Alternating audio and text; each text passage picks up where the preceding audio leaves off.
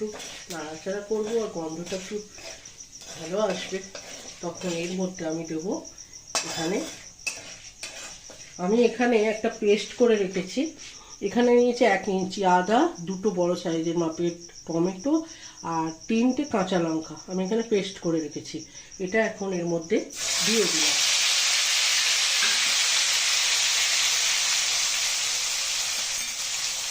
আর দেব এখানে